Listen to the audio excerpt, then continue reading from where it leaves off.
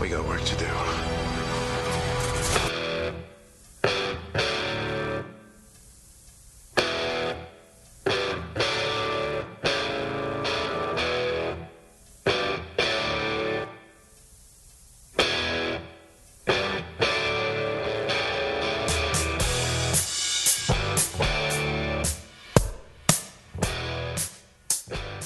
Welcome to Highway to Hell, a supernatural podcast. I'm Christine. And I'm Kristen. And today we are going through our season 5 wrap-up episode. We finished season 5. Yay! In a lot of ways, we finished Supernatural.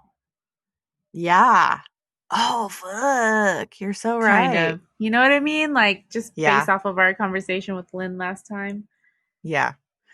Because it really could have been, and it's not hard to imagine that at all, based on Swan Song. It was pretty amazing. I know there was a lot of hype, like from season 1 up to season 5, because, I'd never seen it before. And you had mentioned on several occasions, like, this is a really great season. And having gone through it all now, I get it. I totally get it. There was a lot that, I don't know, that came up that I wasn't expecting. A lot of episodes that were done really well. And, in preparation for talking about it in this episode, I was going back through the episode list from the season, and there were very few I didn't like. And even though I didn't like them, I don't think I hated any. Yeah, no. I hated one. Was it your least favorite pick? Yes. That's fair. I didn't like that one either, but I still didn't hate it as much as I hated some of the other ones from previous seasons. That's true. Yes. No, yeah. I mean, this season, I think that's why I just over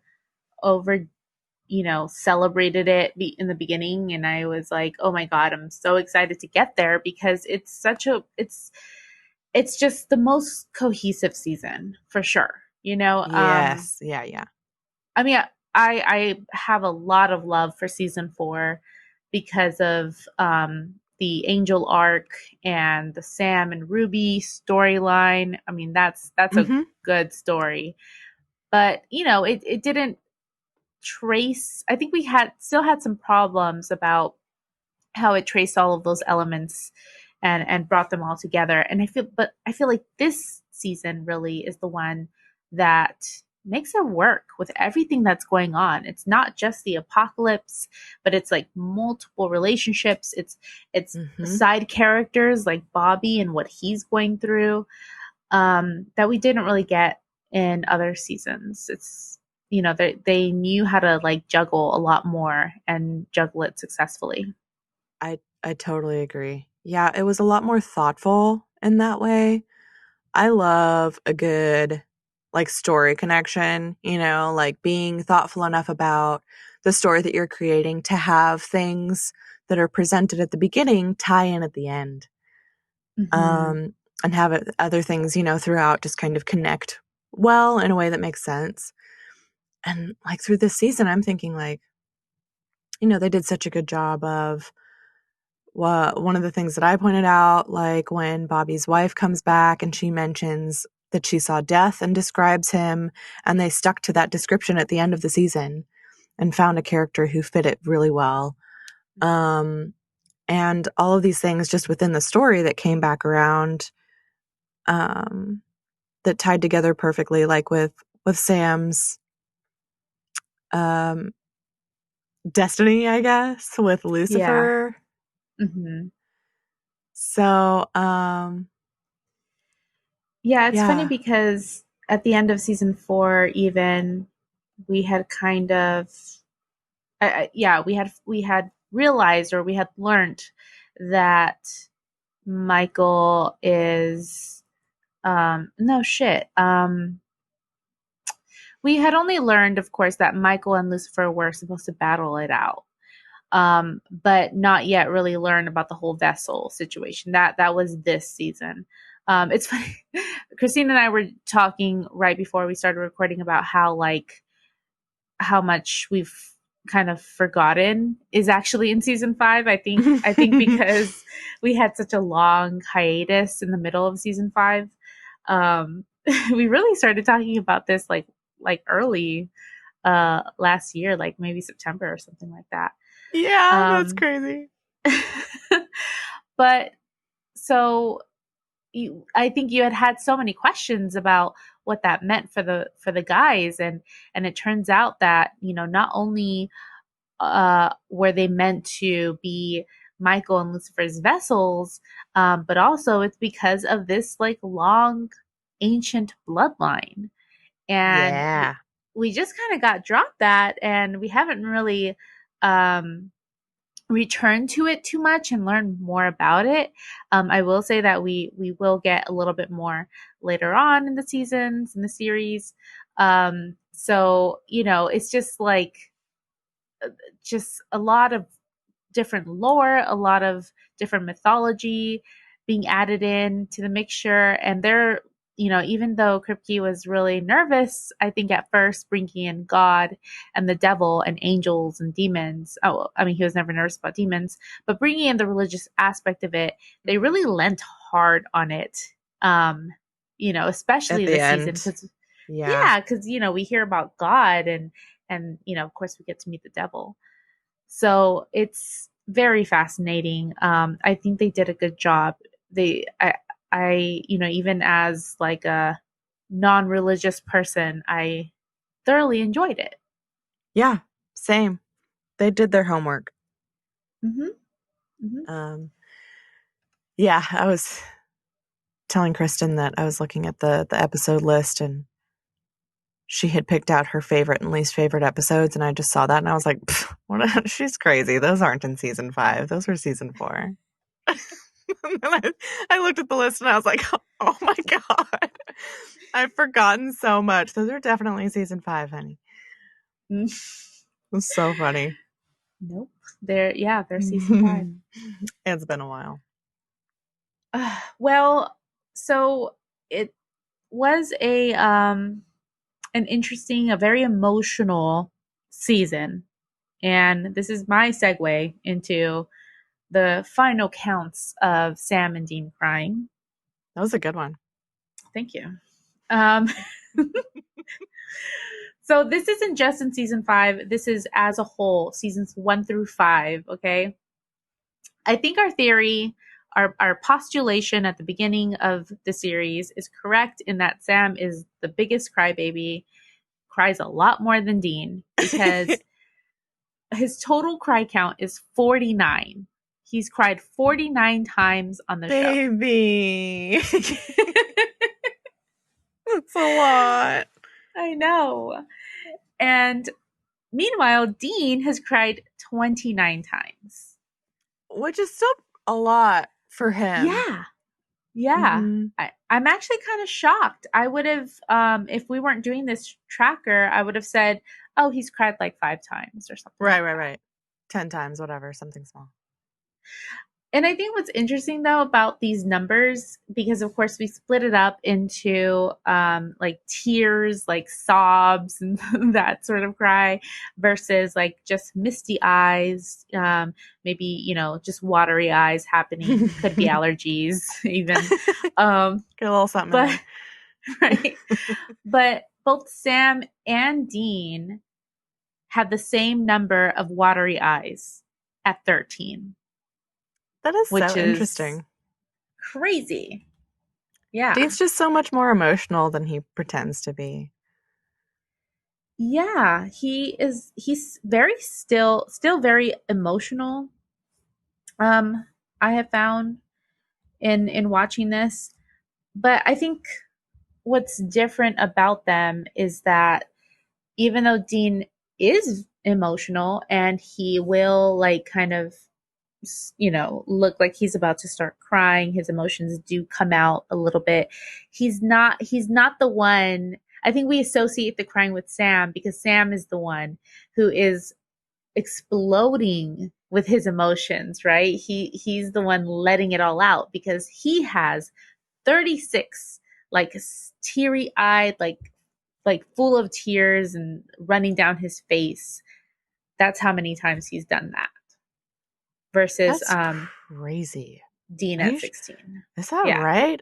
It's not the other way around? Wow. Yeah. Okay. Um Poor dude. He's just a mess. I know. But it's funny because like, of course we like would make fun of it in the beginning because we're like, oh, he's a big baby. But he's also just in general the more emotional one. He's the one that like gets angry more, right? We this season Mhm. we were dealing with his anger issues. Um which surprisingly, I don't know. What do you think about that, Christine? Like I'm a little surprised at that. Yeah, I don't know. I guess that just ended up coming out a lot more with his like demon blood kind of issue. Mhm. So they sort of like built it up a bit while that was going on. And then this season, after he got past that, it was still like the anger lingered. And they kind of made that a part of him. Like, even when Bobby was saying at the end, like, I'm not going to say that Sam is like perfect, basically. There's a darkness in him. I was Mhm. kind of like, oh shit. Okay, so we're like fully recognizing that there's some part of him that's just dark and angry like all the time. Yeah. Yeah, and I'm curious um I'm curious to see that if it showed that while they were kids. Mm. I so far I haven't we haven't seen that, right? He's like the cutest kid ever. Yeah, he's so And sweet. yeah, and Dean's like his little protector and it's really cute, but I don't know, I think it would have been really interesting to see like did Sam have kind of a dark side at all? Hmm. Um Yeah, or did that it, come out like in high school or like going into college where you like, ooh, was he like super moody? It finally came out when he hit puberty.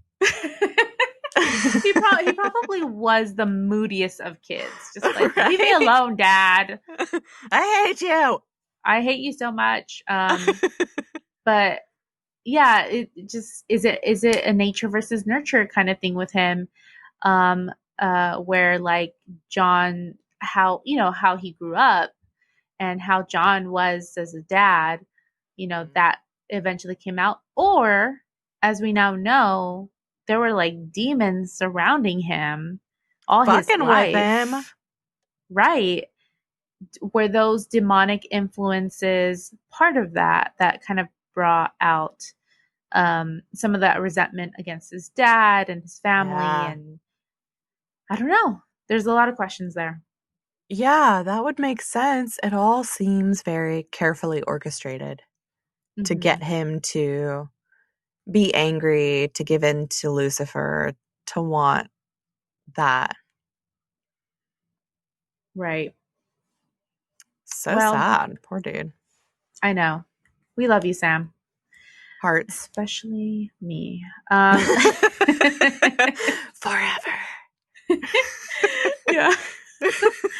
I'm basically Becky. Come on now.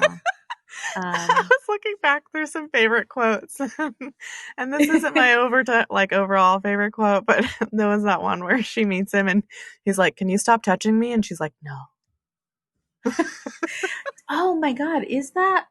Do we meet Becky for the first time in this season also? Yeah, Jesus, that's I crazy. know. That I is know. insane. That's what I'm saying. I felt so crazy because I was like, "No, that's season 4." No, this season is like 2 Wow. years long. Oh man. I know. Well, on top of those numbers, we have 62 son of a bitches from Dean's Mhm. mouth. I Maybe love not so it. surprising. That is a lot, though. No, it is a lot. We've had 100 episodes. Well, over 100 episodes now. I guess I'm a little confused. I'm a little surprised that it's not like closer to that number. I think it would have been interesting if it was like 100. Right. Yeah, I'm looking at our list. Okay, so we've gone through 104. That's still the majority, but not Oh by yeah. much. But not Yeah. by much. No. But yeah, Some missed it would have opportunities been in there. a son of a bitch an episode or something like that. But of course we've had like I think the most we've had in one episode was like 3.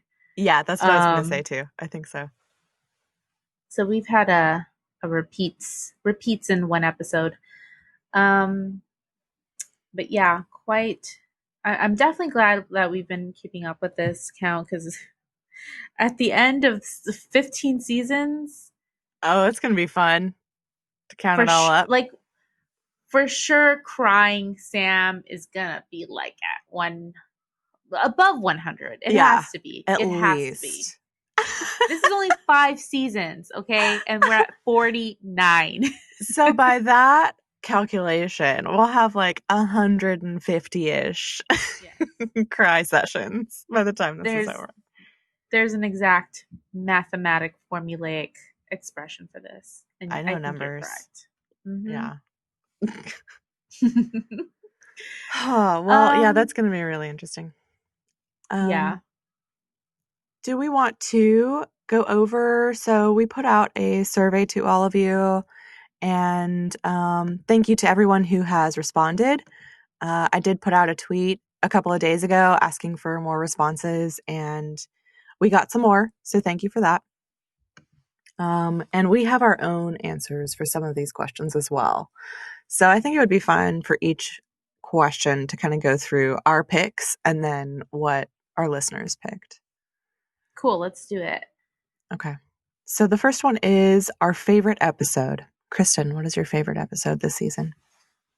This was a tough one. At first, I was like, do I like Changing Channels or Hammer of the Gods better? Mm-hmm. Because, those really stick out to me as like season 5 episodes. And you And then loved Hammer of the Gods. I love Hammer of the Gods. Yeah, I really do. But when I was looking through the list, this one caught my eyes and I was like, it's one of my favorite episodes out of all the entire series for a reason. The Real Ghostbusters. I love this episode. It was great. It really was great. That was a good pick. I was surprised. I saw that and was like, what? I would not have considered that. But then, yeah, going through the list, I was like, that was one of the better ones. Just so Yeah. entertaining. Yeah, it's so fun, and I think there's a difference between like what I think is the best episode of the season versus like what's my favorite. I Mm-hmm. mean, it's just a fun episode. I look forward to it. I love watching it. It's hilarious. We get lots of Becky, who's like me inside. Um, and I just love the meta narrative about it, like just them poking fun at themselves. It's great. Yeah. Yeah, I get that. Well, man, based on what you just said, I was already on the fence. Okay, so I had chosen Swan Song because I just really, really loved it. Out of all the others, it just hit me. Yeah. But now I'm also thinking I was on the fence about it because I hated the first 12 minutes, Mm. but I think I might choose 2 minutes to midnight because Wow. yeah, I know. Because I think it says something, right? Like how much you want to watch it. I went back and watched it 3 fucking times. I had no idea. Yeah, isn't that crazy? But That is insane. but the second and third time I watched it, I skipped over the beginning. Yeah, that makes sense. And it was great. It was like my favorite. It was my absolute favorite. It just hit all the right buttons. So I think that's going to be my pick. That's a great pick. And that's such a iconic episode specifically for that iconic scene of meeting death. Like that's Yeah, that's what really got it for me. it's funny because it's only a simple part of the episode. It's not the full thing or anything like that. Mhm. But I just remember watching that for the first time, and this must have been your experience, and just being like, "Holy shit, this is fucking cool!" Like Yeah. just really excited. Yeah, That was my experience, and it was done so well. Like, they let you experience how cool it was, It was, man, it was heavy. It hit me. Um, yeah. so our listeners weighed in, and the majority chose changing channels. That's a. I mean, Yeah, I'm not great choice. surprised. No. Great choice. Hmm. I can't argue with that, To each Hmm. their own. And that was a really great episode. Um, the two that were right behind that were Swan Song and The End, which is interesting. That was surprising to me. Yeah, That's really interesting. because I don't particularly love the end. Yeah, I mean, same. I guess I didn't before, but then after speaking about it, I was kind of like, okay, like it's a cool episode. We get to see Sam Lucifer in a white suit. He's crazy. Um, I think that's like the highlight for me for that episode. Yeah. I Um, remember liking it. Like, I liked it, but I wasn't like, oh my God, this is my favorite. yeah. And I also think it goes to like, and we talked to Lonnie Diane Rich about this back in season 2. I think it goes back to like if you're a fan of alternative Ah, universe yeah. episodes, Hmm. and I've never been a fan of them. I really like, they annoy me. I don't know why. It's just like it's just a preference thing. It's not that they're bad or anything, Right. because some of them are really really good. But and like this episode, so I just have a preference to not Yeah, like them. that's fair.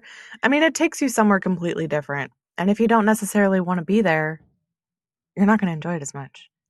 Sure. Yeah. Um, so the next question on our survey was about our least favorite episode. What was yours? Oh, I believe the children are our future. Yeah, it was not good. I cannot stand this episode. It upset me so much because I mean it's just such an odd episode. It starts off really like it's gonna be fun, because there's like all these pranks happening, and then Mhm. all of a sudden, all of a sudden there's a fucking antichrist child, and you're like, whoa, this went dark. Yeah, This went dark. Like this woman, we see a woman giving birth while she's possessed demonically. I was pregnant horrible. at the time and was horrified by this. And then of course this antichrist child turns out to like not be a big deal. He ends up uh Bye. m- moving to Going away. Australia. We'd never to be heard from again. Right. What Yeah. the hell's that? I don't know. That was So, really weird. I hope he comes back at some point because I'm definitely going to feel like that was completely pointless. Like, there was literally no point to that episode. And it was a well, big bomb that was dropped. don't hold your breath. Damn. I'm Well, I'm actually kind of surprised by yours, honestly. Like I really? know it's not a good episode, but I like it's kind of fun. For me, well, first of all, I didn't also choose I Believe the Children Are Our Future because you chose it. And I was like, yeah, we'll talk about Yeah. that. I also don't like it. It's So kind of this how was, like when my husband and I go out to eat and I'm like, "Oh, I'm going to get this." And he's like, "Damn it, I can't get it." Like that sort of thing. yeah, kind of. Or also like, if my husband orders something that I want, but I'm not going to get it because I can just eat some of his. Ah, yes. Very smart. Yeah. I don't share my food, so that's not an option for him. No, I know. Yeah, I couldn't do that if I were going on a date with Kristen. But since it's my husband and he's a big, softie for me, I can just be like, "Oh, well, I'll get this other thing. Hey, can I have a bite of that?" Right. Oh my god. So that's how I felt about I believe the children are our future. But Yeah. I chose Fallen Idols. Um, and parts of it were fun. I think the most fun, obviously, for me was at the end with Paris Hilton. And that's about it. It, for some reason, really pissed me off that Gandhi was Sam's idol. And then he, fought Gandhi. Forgot about that. What the hell? There was just so much that I couldn't get past with that episode. Like the Gandhi thing, and then the thing at the beginning with what's his name? With the car. James Dean. It Yeah. didn't match up. That was one of those episodes where once we kind of broke it down, it would be fine maybe if you had it on in the background while you're doing laundry or something and you're not really paying attention. But once you try to figure out what's actually happening and you pay attention, you're like, none of this makes sense. Right. It It yeah, really bothered it me. didn't really make any sense. There were a lot of issues with it. I mean, the whole the whole Consuela seeing Oh my Mr. god, I Abraham forgot about that Lincoln too. was really Abraham bad. Lincoln. It was really Stop it. bad. But I don't know. I think just the highlight of seeing Paris Hilton in anything Oh yeah, is it was what good. makes up little things for me. I can respect that. Hmm. So what the listeners chose was actually a three-way tie. I'm shocked. Me too. So, especially because of one of the other options. So the top three were I Believe the Children Are Our Future, Fallen Idols, and then Swap Meet. What the hell is wrong with you guys? You're crazy. you're Uh you're nuts. I What? was surprised by that. I liked that episode. It was a little bit pointless. There wasn't much to it, right? So maybe that's kind of what it was. It was just another kind of fluffy episode. But I thought Yeah. it was well done and it was funny and I don't know, there were some good things in there.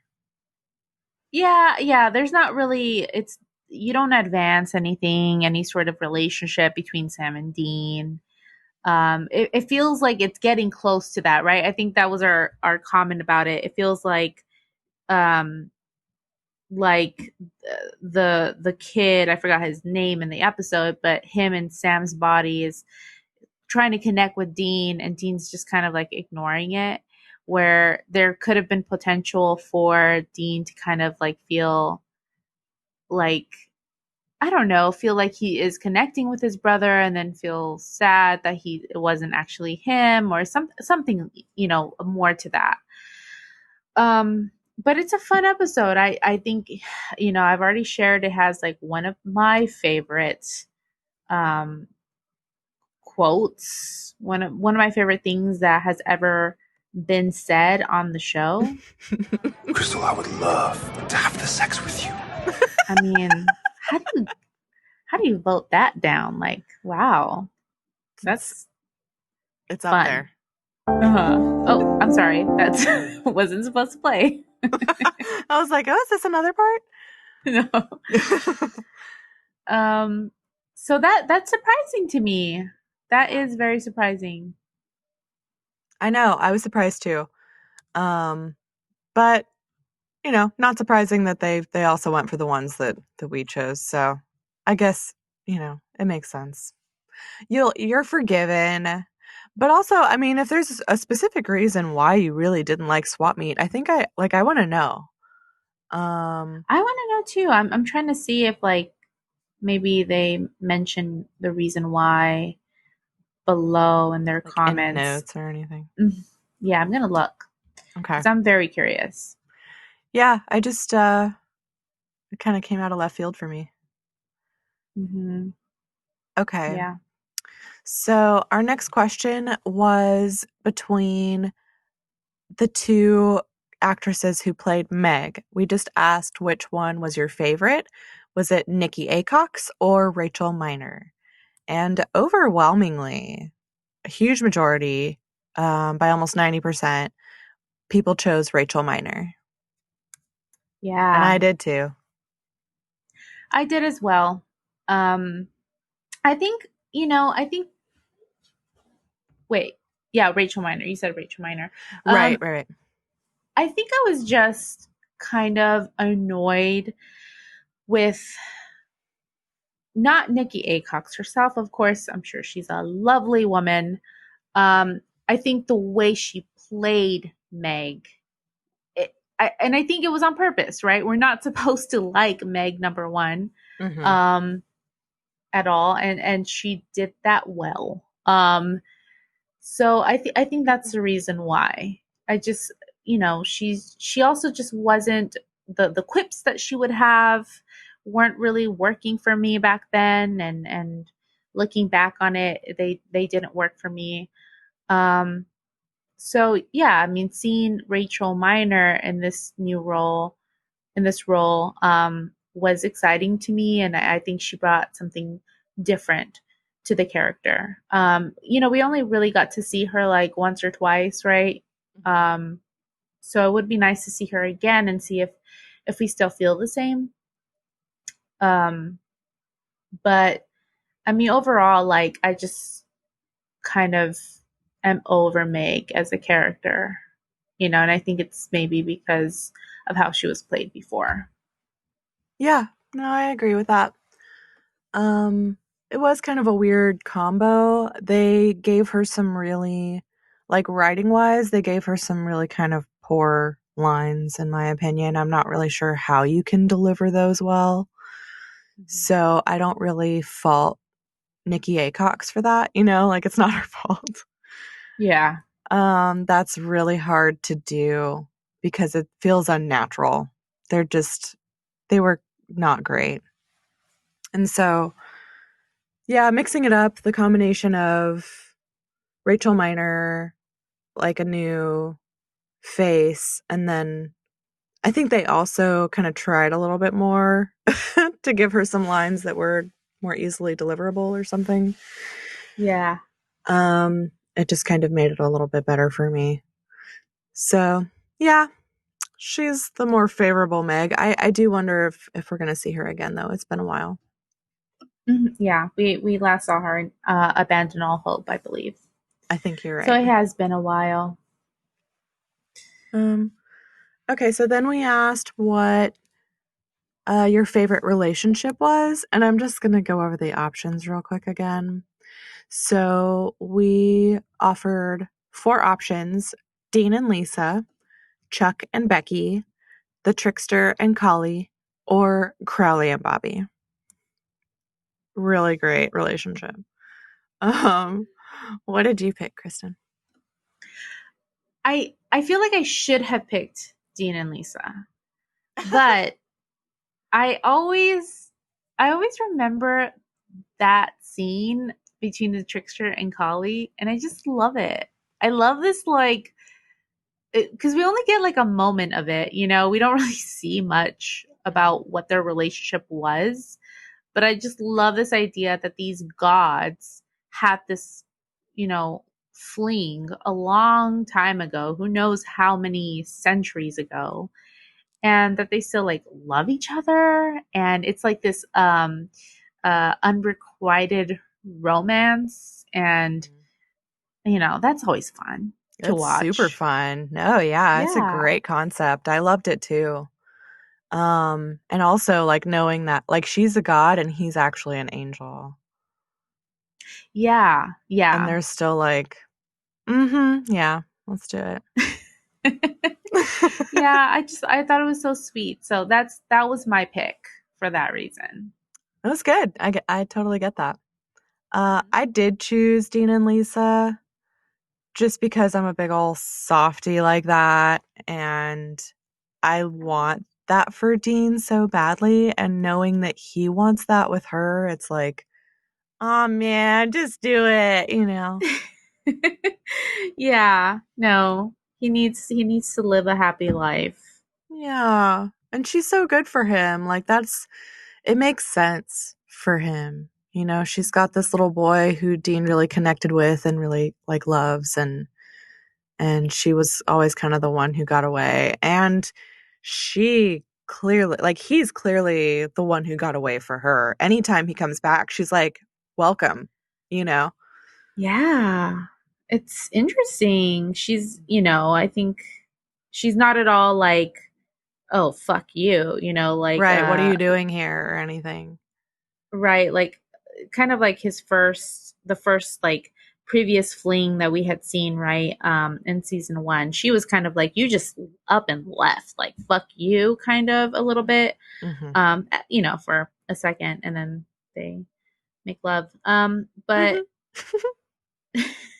But no, it's like it just kind of goes to show, like, Lisa still thinks about him, and he's kind of like the one that got away, Totally. and And I she love says that as too. much to her friends. Yes, I love that. She like talks to her friends about him, like, oh, Dean.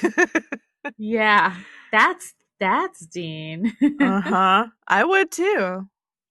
Yeah, Mysterious, beautiful totally. stranger who's in and out of your life. Come here. You Yeah. know, I get it. So, Hmm. our listeners are on the same page.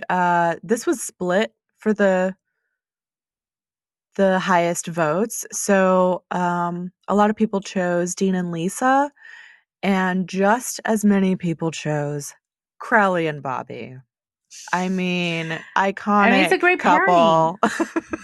Yeah, because okay, if you really think about it seriously, like, they're kind of opposites, but like opposites attract, right? Like, Bobby's kind of rough, and he probably doesn't shower every day, and he's just really angry all the time. And then here we have Crowley. He's very well put together. He He has a dresses very tailor. well. Yeah, exactly. And he, is pretty tempered, just Uh-huh. can control his emotions, and so he would totally be able to, you know uh take Bobby to the next level as a person, kind of teach him, like, oh honey, don't get mad, like, Yeah, yeah, they that sort really of balance thing, each other out. right? Absolutely. And it's so funny because, like, okay, so I was looking, because on the actual survey, I'll put, pictures of them together. And so I googled Crowley and Bobby supernatural, or kiss. And one, there's like this footage of ugh, Crowley and Bobby. Is that their like celebrity couple name? Is like Krabby It would be Grobby. or Browley? Mm, I guess Browley sounds a little bit better, because Crobby sounds like crabby. Like, oh, it's gonna go sour. Um, but it shows the actors, like, actually filming that scene and just like busting out laughing afterwards. First off, Oh my god, that's so funny. I want to see that. but then when I went to images, there's like all of this beautiful fan art of Oh Crowley and Bobby. my god, I love it. It's insane. Like, what? Y'all are awesome. Yeah, for real That's though. Oh, so like, great. this one's so sweet. Oh, Okay, yeah, it's pretty well, good. I know what I'm Googling. Pretty good stuff, let me tell you. Well, it's a good deal. Also, I love that uh even though Bobby wasn't smart enough to ask for it, Crowley gave him back his legs. He gave him back the ability to walk. He gave him a gift. Hmm. Uh and it was just of his own accord. He just did that on his own. Yeah, yeah, exactly. So he does kind of have a heart, and maybe have a soft spot for Bobby, Mhm. I think you so. know? Yeah. Okay, so then we asked sigh. So then we asked about your favorite quote of the season. And what was yours, Kristen? Okay. So mine was fuck. I don't No, remember that one. that's not the one. I had a tab. I closed the tab. God damn it. Hold on. I can find it. Okay, well, I can tell you mine in the meantime. Yes. So I discovered Drunk Cass this season, and I love him so much. He's like my favorite thing.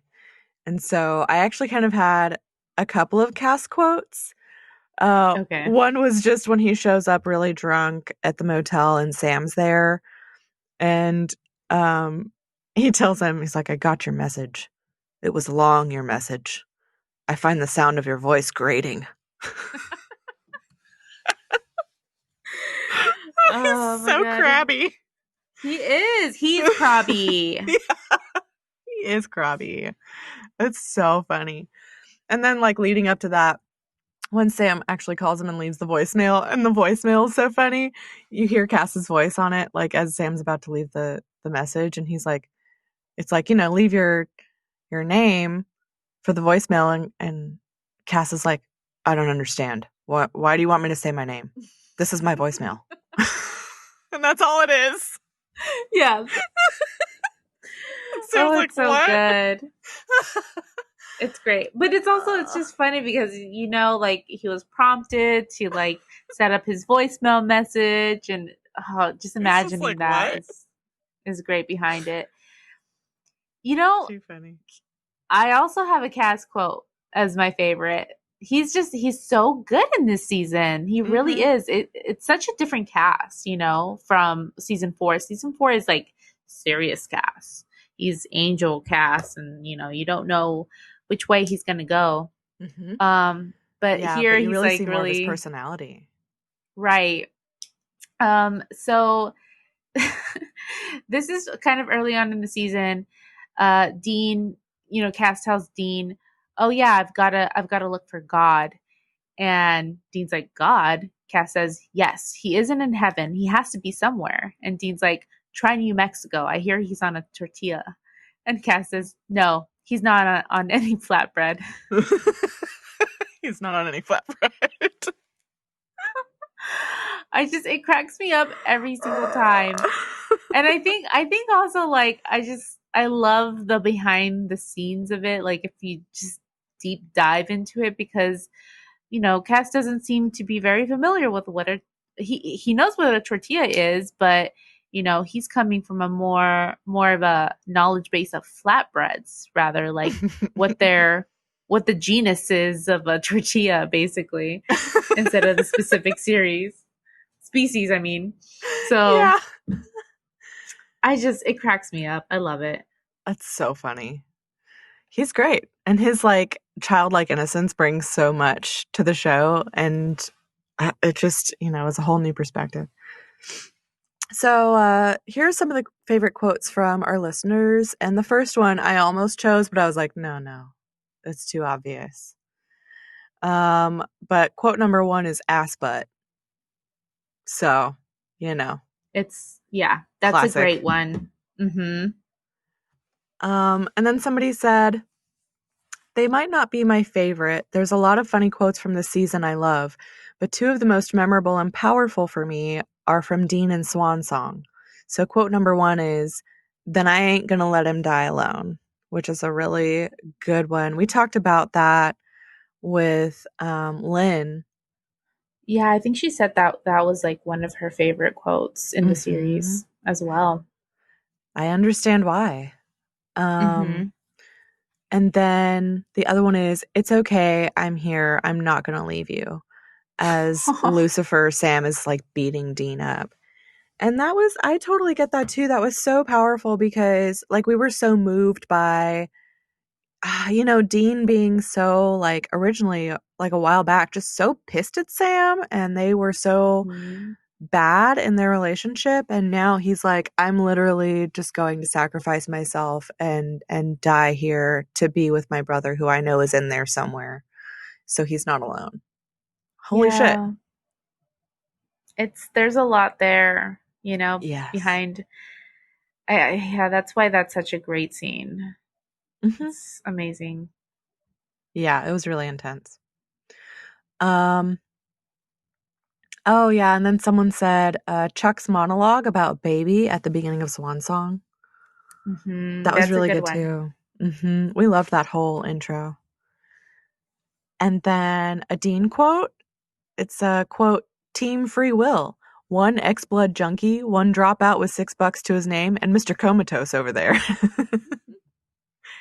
Classic. Just the total underdog team that did eventually, stop the apocalypse. Hmm. So, hey. Team Free Will. Woo whoop. Mhm. Which is very like satanic of them, but that's okay. So then this other one is a cast quote too. It was that same scene where he shows up drunk at the motel, and Sam's like, "What happened to you?" And Cass is like, "I found a liquor store." And Sam's like, "And?" And he goes, "And I drank it."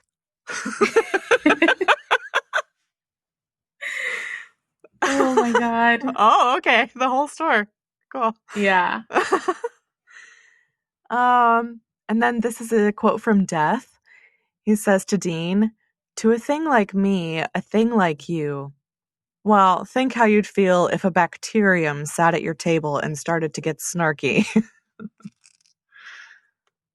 um, I love that he calls him a bacterium because it just goes to show like death is so ancient that he still thinks of humans as just like little mhm. microcosms. Yeah, a little speck.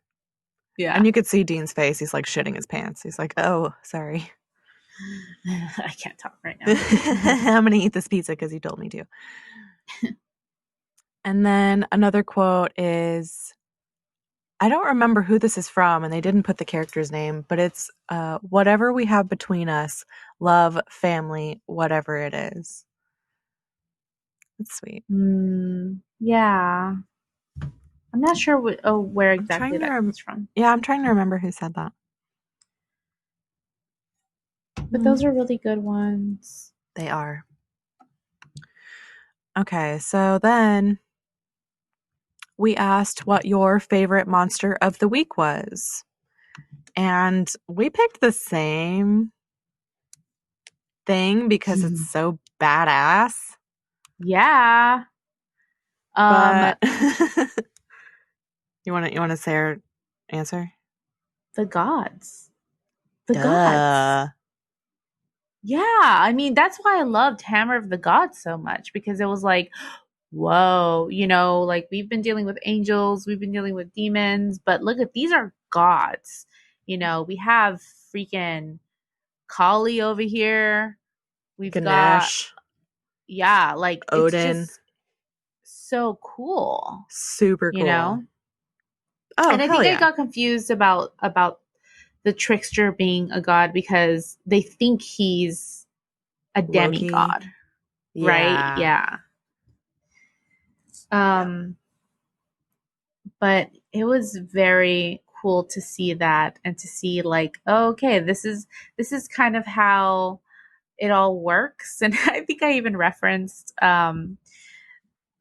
I think it's the Santa Claus 2 or 3, one of the bad I ones think you where said Santa Claus too.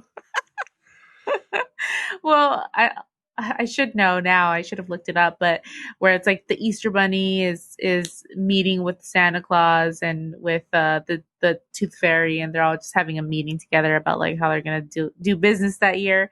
And this is exactly that. It's crazy and it's so interesting. That's hilarious. But yeah, it was a concept I really loved too because, like in life, we know about all of these different religions and these different gods, but I'm not going to pretend to know how all of them are supposed to fit together. And this is proposing like a way that they all fit together. Like this is how everything can exist at the same time, and no one of them is wrong. Yeah. I thought that was kind of a Yeah. fascinating way to like portray all of them not living in harmony per se, but Mm-hmm. coexisting. Yeah, I mean, it also kind of cemented for me that Kripke and the writers in general are looking at the mythology in a with a more open mind and a broader perspective. It's not just these Christian icons, it's also the fact that this Christianity and what's, the lore behind it is just a puzzle piece in a larger puzzle, you know? Yeah, for sure. Um, and it's just interesting to kind of, we didn't get like a lot on it in this meeting, I think, but just kind of got the sense that, yeah, it's just, their ideals and their history is just as valid and important to the world as what's going on with God and Lucifer. It's just that God is like super narcissistic and just kind of took over and is endangering the world of because he thinks like his is most important, which is an interesting out uh allegory. That's the word I was looking for. Yes, it is. Yes. I was gonna say algorithm, but that was incorrect. That's a different concept. um, yeah, totally agree. So some of the responses we got from you guys are a couple of people said the guys from Real Ghostbusters.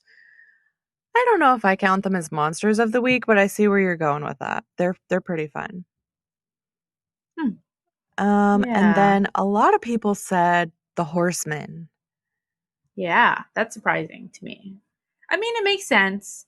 Well, It's yeah, an I mean, I interesting agree. concept, Hmm. right? But And they were uh like on and off monsters of the week, depending on which one they were dealing with or like all of them or whatever. It was a cool concept for sure. mhm. And then one person in particular said, did the four horsemen count? If so, death is my man. Agree. Um and then someone said Gabriel, the trickster. And then another person said the poker playing witch. I Yeah. forgot about him. Yeah, Me maybe he's my too. favorite. He was It so was cute. it was hot. Yeah, he was hot. I Um also my bad for the favorite quote of the season. There were a couple of answers that I missed. So just to go back really quickly, someone also said the quote, "We keep each other human," which is a really good one because that's clearly what like separates them from all of these monsters they are dealing with. And then someone else said from Dean, quote, "I lost my virginity at 16, but then she ran around." Oh, no, it wasn't Dean. I'm sorry. At 16, but then she ran around telling everyone it didn't count. So was it Chuck maybe who said that? That sounds like a Chuck thing. I'm trying to remember. Was it in, damn it. I don't want to say if I'm wrong. I'm going to check real quick. Mm-hmm. No, I'm just getting a lot of uh stuff about losing your virginity on Google. Not helpful. Boo. I even typed in supernatural and there's nothing. I remember that being said, but not by who. By whom. Anyway, good one. Yeah, me neither. Okay, so now let's move on to favorite song of the season. I don't know. I had a really hard time picking. What was yours? So this was kind of surprising to me. I could have gone with one of the ones that the listeners picked easily, Mm-hmm. but I chose two though, because I couldn't pick. Okay. Mm-hmm. So the first one is Thunderstruck by AC/DC, and this plays in the recap at the top of the first episode of season 5. Mm-hmm. So it's showing us like everything that happened in season 4. I actually really hate this song. I hate it, but I really liked its use in that episode. Like it was just, I don't know, it was just like the perfect song to kind of just go over what happened and where we're at now with the boys. And it got me pumped. It got me like really excited for season 5, and for that I loved it. Okay. My other one though is Knocking on Heaven's Door by Bob Dylan in Dark Side of the Moon. Yeah. Ugh. That's a good one. It's so good. It's a good song, one. And two, the way it's used with Dean waking up in heaven, and then also kind of showing that brief montage of him and Kid Sam shooting fireworks. Sob. Yes. It's so sweet. Yeah. It's great. Agreed. It's really Yeah, those great. were really good choices. And actually, I was kind of stuck between two as well. So mine was Thunderstruck because I actually do just love AC/DC. It me. I know. I meant to say, like, I'm so sorry, Christine. So sorry, other people who No, like don't love be. classic rock. Well, and that's so, like, I feel like it's kind of funny to say, like, I love classic rock because some of it's real. It's pretty awful. But, some of it's pretty great. And I do love that song. And so the other one that I really did like was that everybody else seemed to pick was Oh Death by Jen Titus. Mm-hmm. That's a good one. It was really good. I've never heard that song before, and I listened to some different versions, and it's just a really great song, and the way that they used it was so cool. Yeah. So yeah, let me see. 1, 2, 3, 4, 5. 5 people picked that song, and 3 people picked Simple Man. Yeah. I remember really liking that one when we Mm-hmm. talked about it. Yeah, it was a good one too. I'm trying to remember who it was. I'm checking. Mm-hmm. Oh, it was Leonard Skinner. So yeah, good choices. Yes. Okay, so last question of our survey was, what surprised you most this season? Which is kind of a big open-ended question. Right. Let me go over actually the listeners' answers first, and then we can just kind of talk about ours. Okay. So, 3 people answered. One person said that Chuck disappeared, which was the most surprising to them. Yeah. The fuck? What the Yeah, I fuck? know. And that's one of the things that I said, because as I mentioned last episode, I apparently missed it on the other watches I had had. And so I was finally actually paying attention, or close attention to the episode. And I was like, wait, what? What? When did this happen? Did Surprise. they add that? Is that new? Yeah. Yeah, that was a huge deal. Someone else said Ellen and Joe's deaths were a shocker the first time I watched. Ugh. Yeah. I totally forgot about that Uh-huh. until, getting ready to record this episode. Yeah, it's crazy that they died. And for nothing too, right? It turns Right. out that the cult doesn't do shit to Lucifer. Fuck. Yeah, that was really, really rough. So this listener said, that's in part why they were so impactful. Sam's death in season 2 and Dean's in season 3 were impactful because of the emotional toll they had on the surviving brother. and the events that were set in motion as a result. We knew, however, that those deaths were unlikely to stick, but Ellen and Joe's deaths felt so final, and by the end of the episode, so pointless. That's not to say I don't like the way they died. They went heroically on their own terms, trying to save their friends and the world. But when it turned out that the plan to kill Lucifer with the cult never had a chance of working, in retrospect, their deaths became that much more tragic. 100% agree. Yes. It was rough. Yeah. And I'm curious to know, like, if the listeners feel, because Is anybody mad? Is that where? Yeah. Yeah. Exactly. Yeah. I'm Because curious I heard too. a long time ago, when it first came out, that the listeners were like really, really mad, like angry at the writers for doing that because Wow.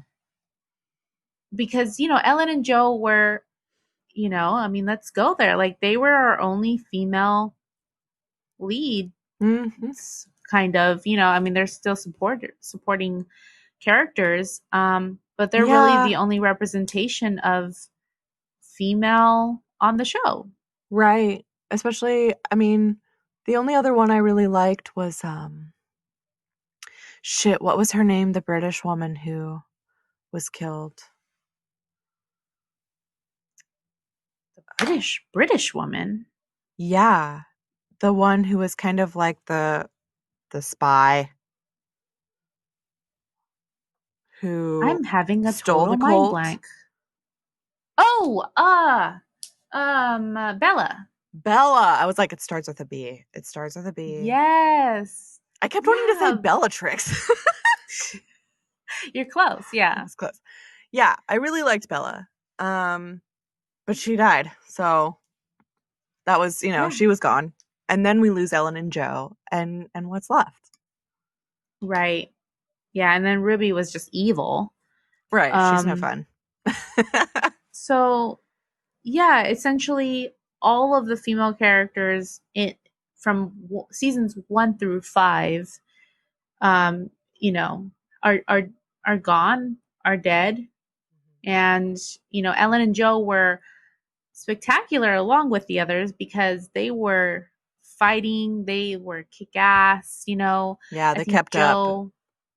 yeah. And Joe in the beginning when we first met her, she couldn't quite, she was still an apprentice, right, to hunting, but by season 5 when we saw her, she was like taking demons down. She was a force to be reckoned with. And so it's really unfortunate that we had to see them go. Mm-hmm. Yeah. I completely agree. Mm-hmm. So part of this question too was that we just also asked if anybody had like final impressions. And so one person noted their final impressions. They said that season 4 has been my favorite for a while now, but I recently watched seasons 1 through 5 with my husband and was pleased by how well season 5 held up. Even though I like the storylines in season 4 better, season 5 has some excellent writing and a no-holds-barred attitude that keeps the season fresh and surprising at almost every turn. Though it doesn't get as much love as, quote, Changing Channels or Swan Song, My Bloody Valentine is one of my favorite episodes, and it feels like a microcosm of all the things I love about season 5. That neck-breaking whiplash between horror and humor and emotional turmoil. Bold writing that pushes the envelope, sometimes cleverly, other times to make the audience squirm. Memorable one-off characters, Famine, Cupid, even the coroner, and a nuanced exploration of our main characters, putting them in unexpected situations and being unafraid to tease out the results. Interesting. Yeah. That is an interesting take on My Bloody Valentine because I don't think that we had much appreciation for that one. But Yeah. That definitely brings a different perspective to it. Mm-hmm. Yeah, absolutely. Okay, so let's talk about what surprised us most this season. Would you like to go first? Yeah, so I already mentioned Chuck disappearing, of course. But I think Uh, the only other thing that could possibly surprise me, having already watched the season, is the fact that Sam's powers do stick around. Because at the beginning of the season, I was just talking all this shit about how, oh well, that's the end of Sam's powers. We don't get to see it anymore. It's not really a thing anymore. But um, they do continue it. They do continue that storyline, and we get to see exactly how his powers are, and the whole demon blood addiction and all of that, how all of that interlaces with Lucifer being his, or rather, Sam being Lucifer's vessel. Um, and so I was, watching it a little bit more clearer, and kind of having to trace those connections, not just having it in the background. I saw that now, and appreciated it a lot more. Cool. That makes sense. I was kind of surprised by that too, especially like at the end, how he was just able to conjure them again so quickly. Mm-hmm. It was like nothing, no time had passed or nothing had changed. Yeah. Um, so there was a lot that was surprising to me this season. I'm sure. um, there was a lot of big shit that happened. So definitely, I have like a little list here. So one is Chuck disappearing for sure. I have no fucking clue what that means. I can take some guesses, but I'm not gonna, because I do unfortunately still remember a spoiler from Comic-Con that could feed into this, and I'm not gonna go there for listeners' sake. Mm-hmm. But that was still a big shock for me. Also in Swan Song, I I don't know that I was so shocked anywhere in the season as when Lucifer blew up Cass and snapped Bobby's neck. Yeah. I was like, oh Um. shit, they're fucking dead, like in a really gruesome, horrible way. Mm-hmm. And then on top of that, for Cass to come back and bring Bobby back to life, and now Cass is something even more than he was.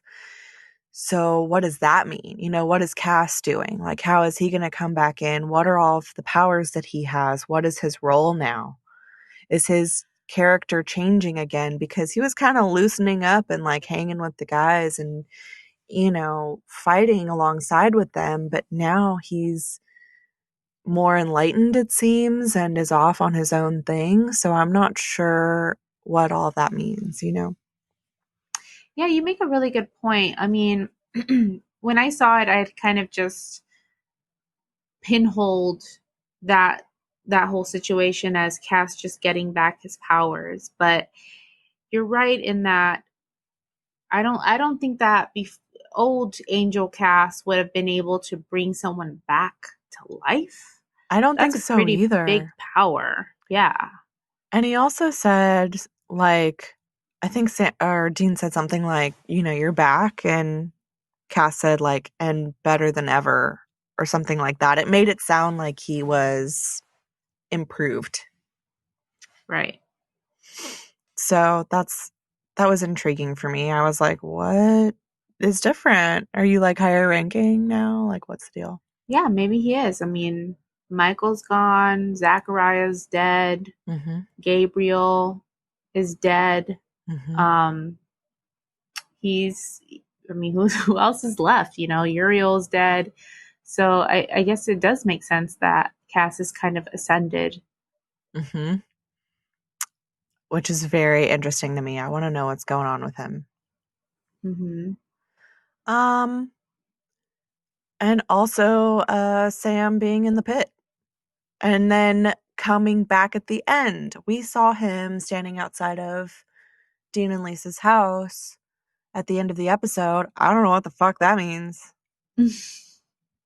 So many twists, man. I know. And I actually had like, I don't know, something occurred to me like maybe this is sort of getting into prophecies, but I was like, what could this mean? Is he actually still Lucifer and he somehow escaped? Is he Sam and Sam escaped? Is Sam dead and somehow is like on like the mortal plane, but like he would have gone to heaven or something for sacrificing himself? Like I don't know. Interesting. Yeah. I don't know how he's there. So I was all kinds of shocked and surprised.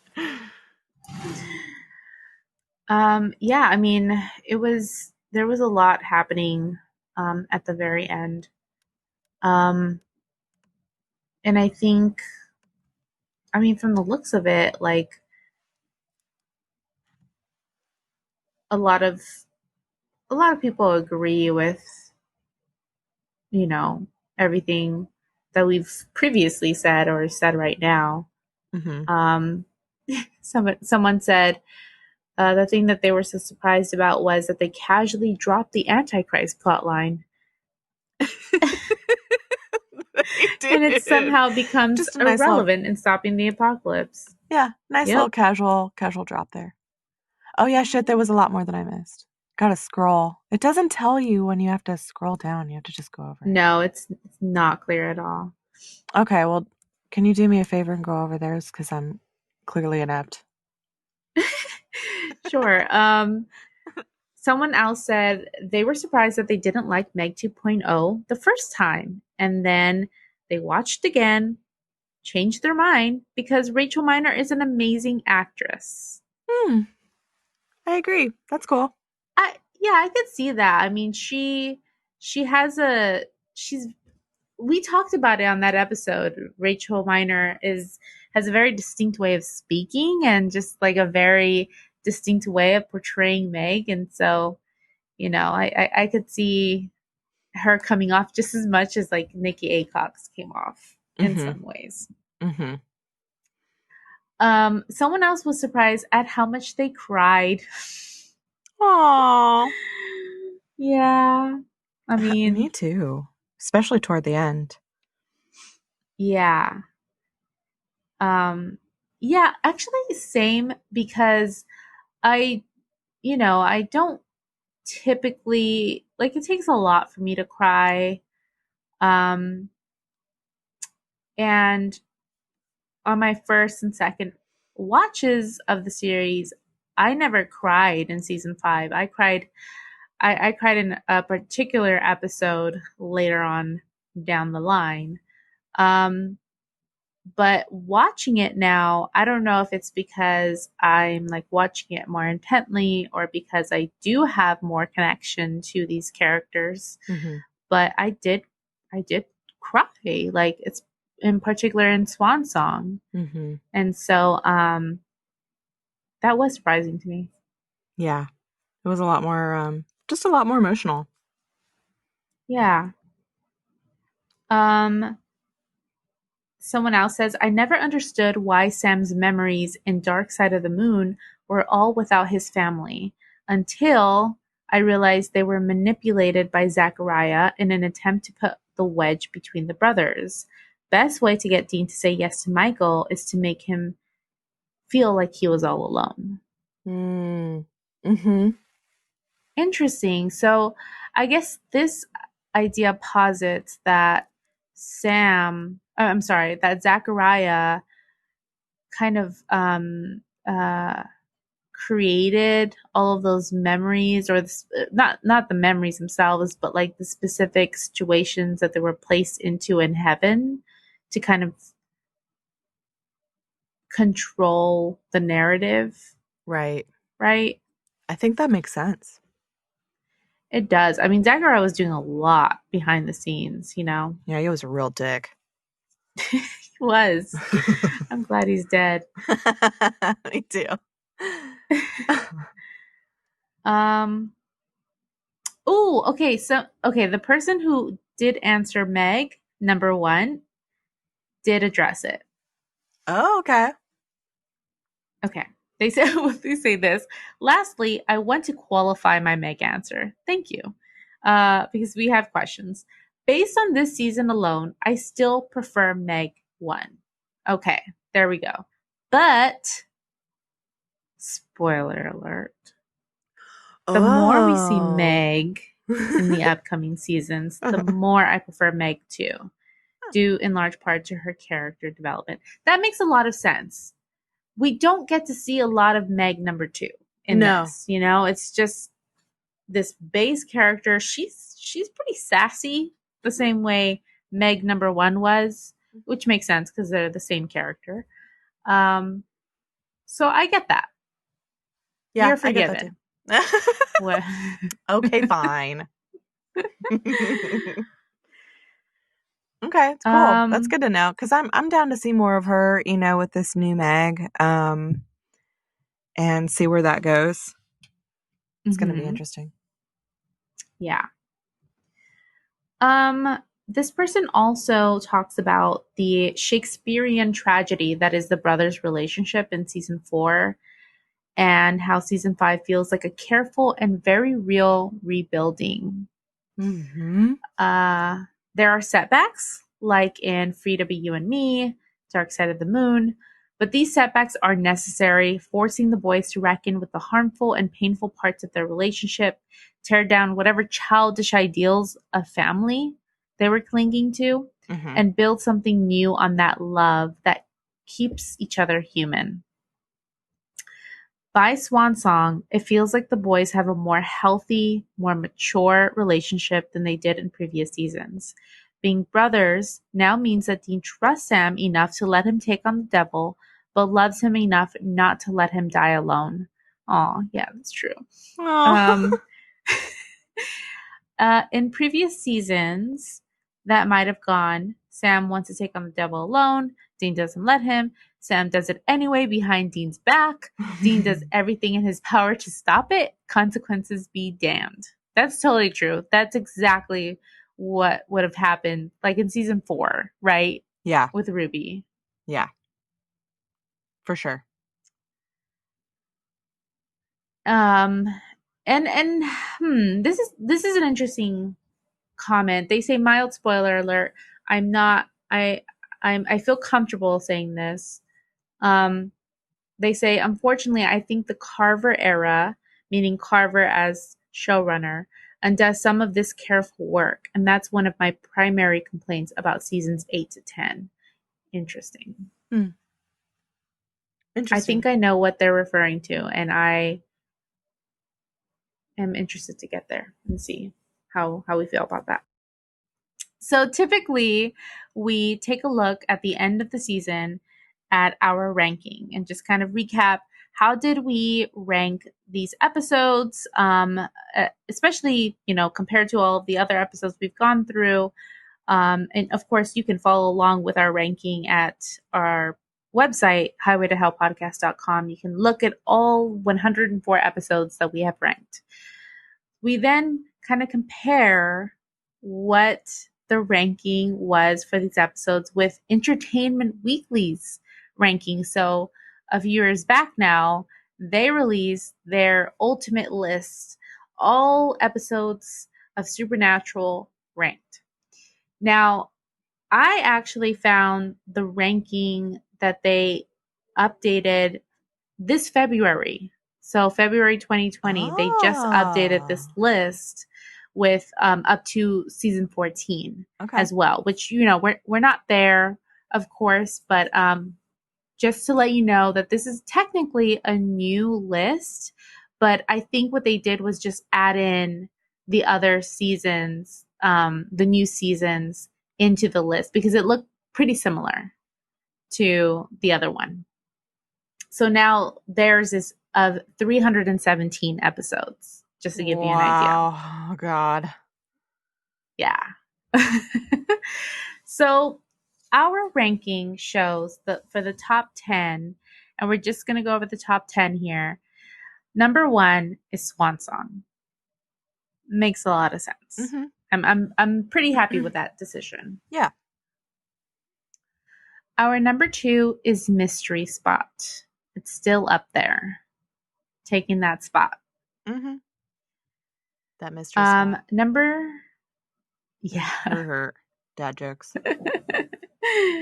Number 3 is Lucifer Rising, the season finale of season 4, which I love it. I love it to death. Number 4 is Dark Side of the Moon. 5 is Lazarus Rising, which was the first episode of season 4. 6 is Changing Channels.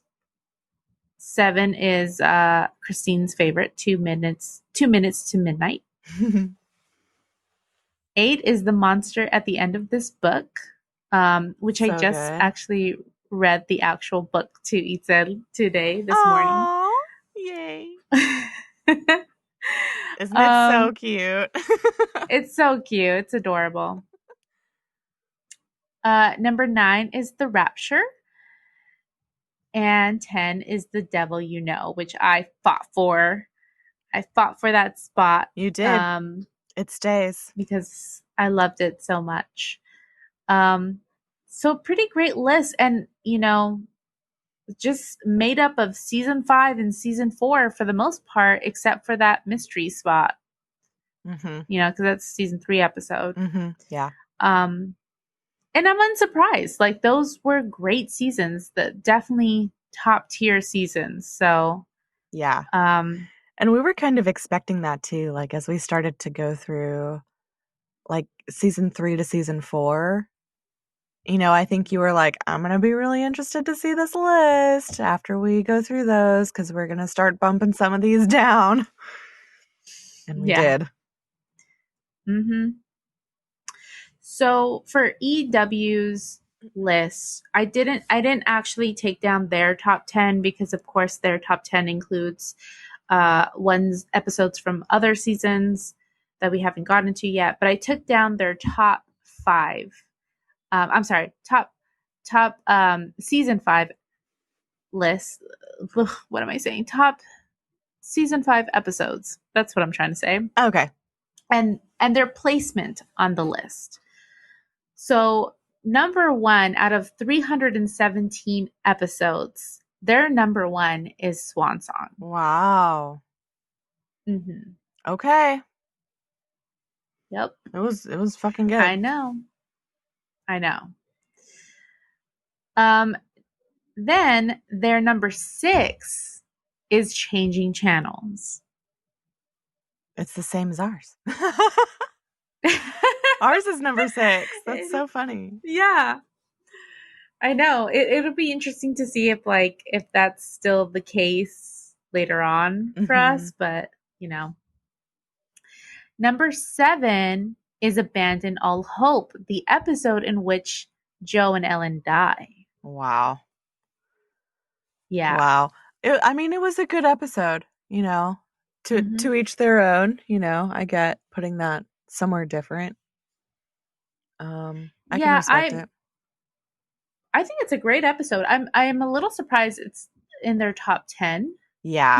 I could see it being top 15 or top 20, just because it's such a crazy moment in Supernatural. Yeah. But that is a little bit surprising. Number 10, very interestingly, is The End. This is the alternative universe episode. Or, where we see the future with Sam having said yes to Lucifer. Wow. Yes, wow indeed. Number 11 is Dark Side of the Moon. Okay. Number 15 is 2 Minutes to Midnight. Okay. 17 is Point of No Return, which is where Zachariah is like holding Adam in the room. They go after them. Okay. Yeah. Oh, wow. They have that at 17. Okay. It's pretty high. Yeah. This next one, I'm kind of surprised, because number 23 is Good God, Y'all. And that's the one, and sort of in the beginning of the season, where the town is taken over by a bunch of demons. We see war. the horsemen, our first horsemen, and of course we get to see Joe and Ellen. I see. Yeah, that one really didn't stick out to me.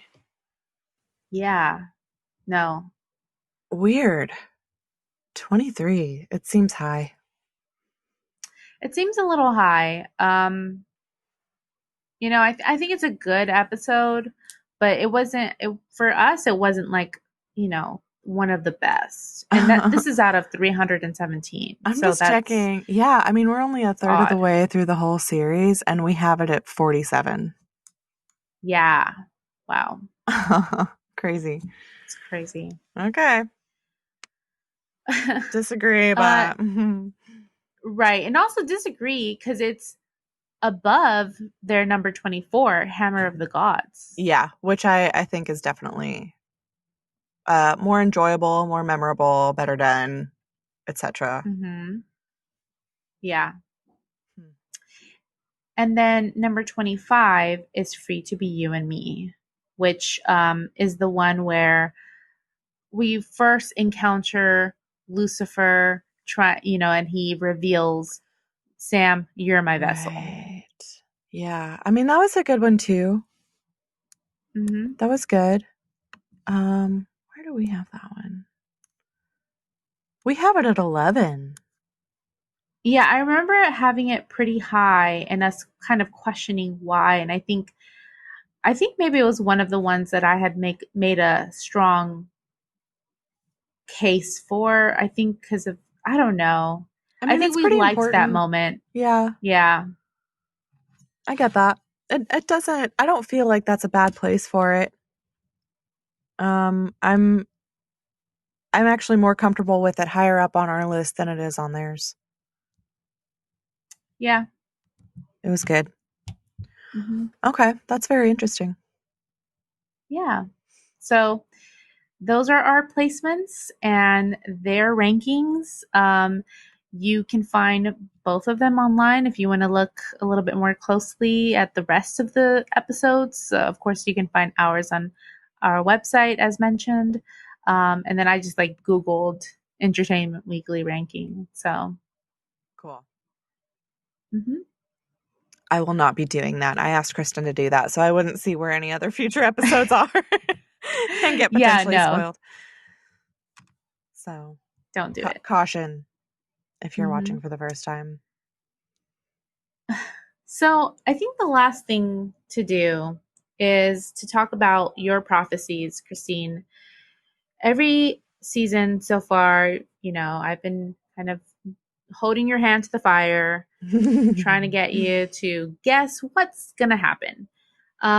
So this is stuff that you guessed back at either the end of season 4 or after you had seen the first episode of season 5. Or throughout. I think I've been adding them as we go along. Uh-huh. So from season 4, so this is one that you had actually guessed for season 4, that Dean is going to stop the apocalypse. Mm, And I just carried it over because I was like, well, we haven't really that hasn't really finished that whole plot. right. But I would probably say you were incorrect because Sam stopped the apocalypse. So, I'm gonna come Mm. back at you. Did he Okay, are you gonna make some sort of really? Skywalker, like was it Well, Luke or Anakin type of? I just don't know that Sam would have succeeded if Dean hadn't intervened during the Michael and Lucifer fight. Interesting. I don't think he would have because he was trying to get out but couldn't, and it was Dean's intervention that kind of made him come to during Lucifer beating him and was able to that's what made him able to take back over Lucifer's body and throw himself into the pit. Like Sam ultimately did it, but only because Dean was there to help him. Okay. I am going to counter that point and say was it actually Baby who stopped the apocalypse? Who drove Baby there? Oh. Let's keep going. This was kind of That's tough. a great point. She wouldn't even be there if it weren't for Dean. I'm just saying. But, I'm not really like I wouldn't be mad if this doesn't like totally get a point, for this one because Sam did put himself in there, right? It was a joint effort. But I do feel like it was a joint effort, right? Like that still wouldn't have been able to happen if it weren't for Dean showing up in that graveyard and showing up for Sam. Right. So Yeah. I don't know. It's maybe like a half point. I'm gonna say it was a yes, you're absolutely right. It was both of them together. Brothers, family, love. That's Conquers what all. saved the world. Yes. Oh, also, I don't get one for this one. This was very disappointing. No, you don't. So stupid. Okay, So you guessed that Lucifer No. will wear a suit. It wasn't, no, you know what? It wasn't a crazy guess though. Like everyone's wearing suits. Crowley has a tailor. It seemed natural. And Sam as Lucifer even wore a suit in the end, right? When they That's true. were in like those like kind of visions about it. But then I kept expecting like when Lucifer actually took over Sam's body, like the next time we would see him, he would be in a suit. And he wasn't. He was still in Sam clothes. And I was like, what the fuck? Yeah. He was still looking like Sam. And then as Nick, of course, he just looked raggedy, just like a normal Joe Schmo. Yeah, stains on his shirt. So disappointing. So not quite. This one, okay, I think it's actually part of the next one. And you kind of got it. I'm gonna give it to you because thanks. Multiple people said one, it's in their blood. So of course the mom was a hunter. There's all this talk about family business. Mm-hmm. And then of course Ruby at the end of season 4 said it was always supposed to be you, Sam, and you really stuck to that quote. Yeah. So you guessed that they were part of some ancient bloodline. And you were kind of throwing out ideas such as like humans maybe received angel blood and that was like passed down. Mm-hmm. So we don't really know about that part, but of course we do know that they are part of this ancient bloodline, going all the way back to Cain and Abel. Yeah. Cool. I'll take it. Very cool. You were on it. Thanks. I feel like they dropped some heavy hints, but I picked them up at some point. Yeah. This one I think I might need a little bit of your help deciphering. I don't really know. I actually don't know that this one was a true like prophecy / prediction. I think it was just more of like a question that I had because I was really thrown off by them saying, quote, God has left the building. I was like, what the fuck does that mean? Like, God is just not there anymore. Like he's just kind of taken a vacation and isn't in charge right now. Like I don't know what he's up to instead. So I don't know that I really had anything to predict there. I think it was just like I feel like something is there, that we're going to find out about what he's doing instead. That makes sense to me. Yeah, I think you were just kind of spitballing there. Mm-hmm. This next one was kind of vague on your part. So after changing channels, you said Gabriel is going to come back either for revenge or to be helpful. Yeah, cool. Pretty specific. I mean, we'll give it to you because he certainly did come back, and it was actually to be helpful. Mm-hmm. He became a friend indeed. So Oh, this one's okay.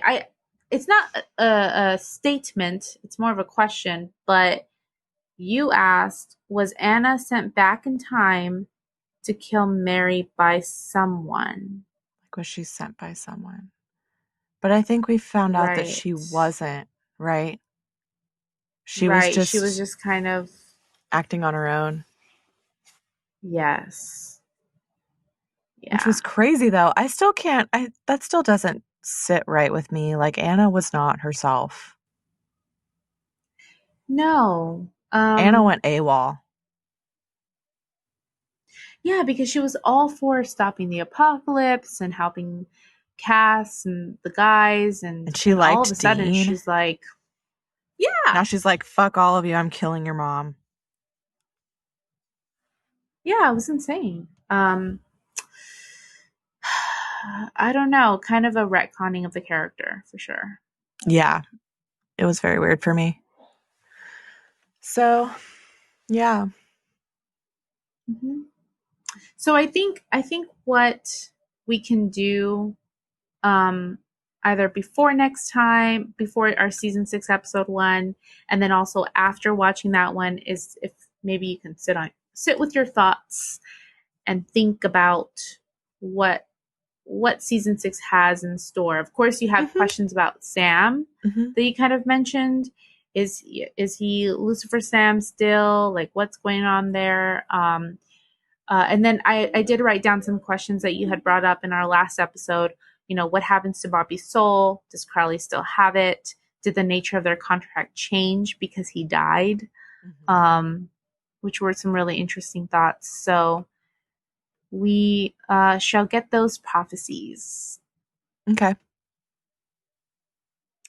Um, Yeah, I can do that. but that's pretty much it, guys. I mean, we, we've finished season 5. It was a big season.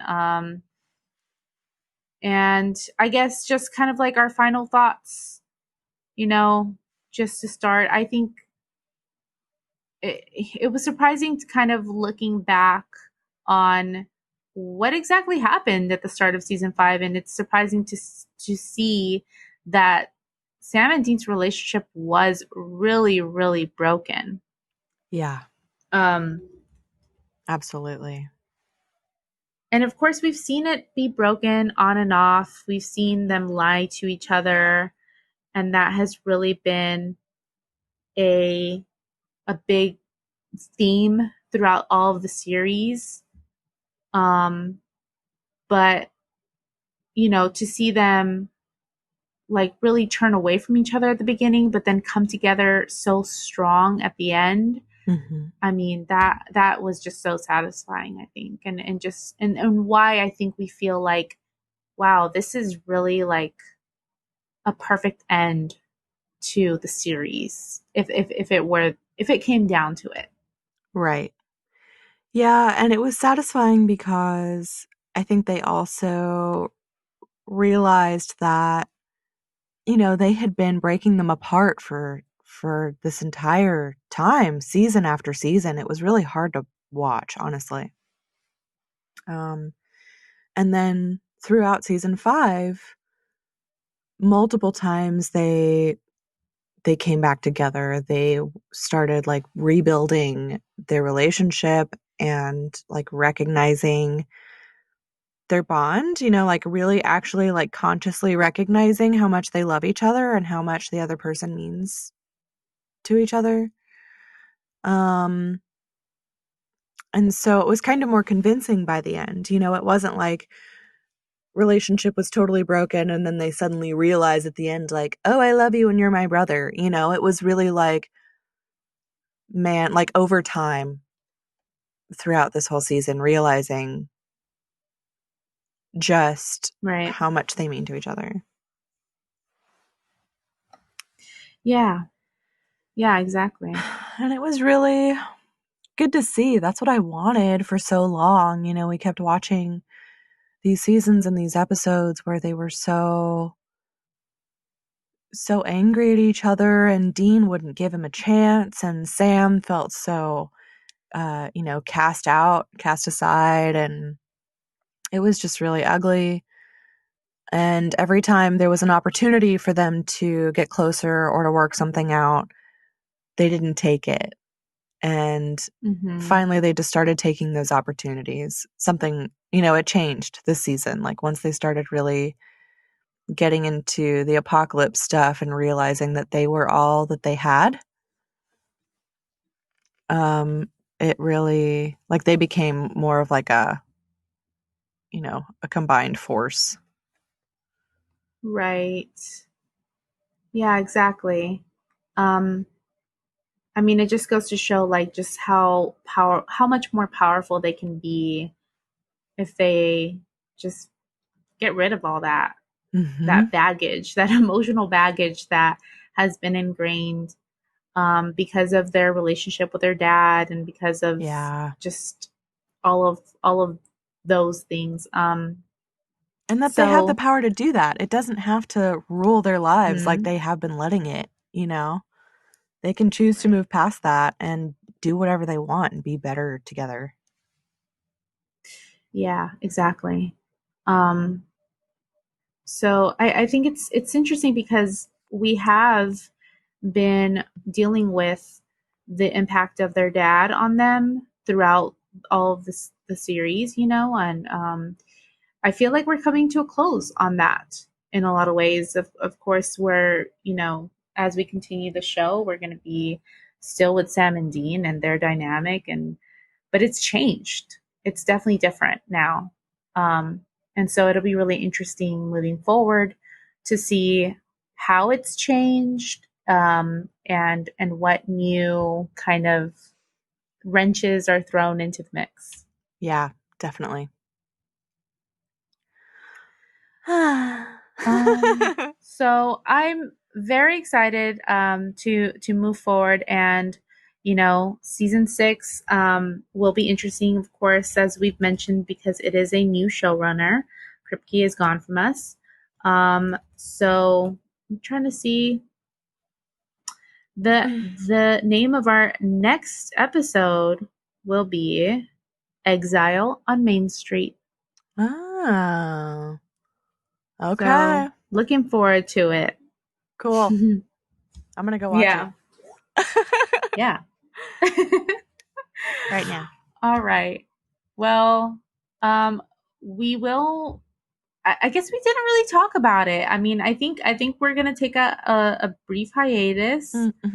As we build up the episodes. I think we've mentioned we typically, might take a week off or so, but we'll otherwise use the time in order to kind of build up some episodes. That way, we don't get to a point where something comes up and then we don't have an episode for you guys. So it would be really nice to be able to do that. So I guess please follow us on our social media, Highway to Hell podcast. If you're like anti-social media, which I totally get, then go to our website, go to highwaytohellpodcast.com, and that way, we can post any announcements of when we will be returning there, and you can find that out.